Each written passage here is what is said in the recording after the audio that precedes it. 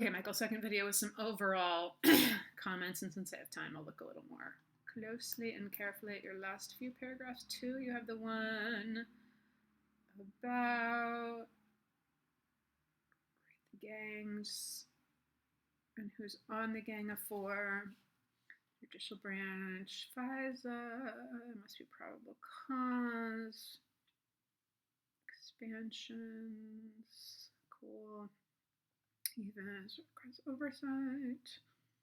Executive branch is specific limits of intelligence. President from providing on many changes. Okay, and then conclusion that numerous changes in legislation and the creations of oversight committees from the improvements of well, not that the intelligence community has made, but that Congress has made, right? And the executive branch and the judicial branch have made. Not to be rude, but I'm afraid that's the case. My recommendation is other departments of federal government take the system into account and apply their own problems they have. I like that idea, but I'd like to hear more specifically what you mean they should do. The American people should feel safe to trust their government, and the should not break that trust by violating the rights. The intelligence community is a prime example of the importance of self-accountability. I would just say the importance of accountability and accepting the fact of imperfection. You didn't really talk about that at all. I mean, I agree that's important, and you kind of hinted you might go that way back when you were, you mentioned something earlier about, they don't catch everything, and then I get upset because I'm like, we don't know all the things they don't catch. We don't know them because nobody dies. I don't know, I especially felt that living in New York City. I figured there was a lot of bad things that didn't happen. Okay, anyway, only in this way will continue to be the best in the world while protecting citizens the best way possible. Sure. Sorry, so thirsty, too much talking. So, yes.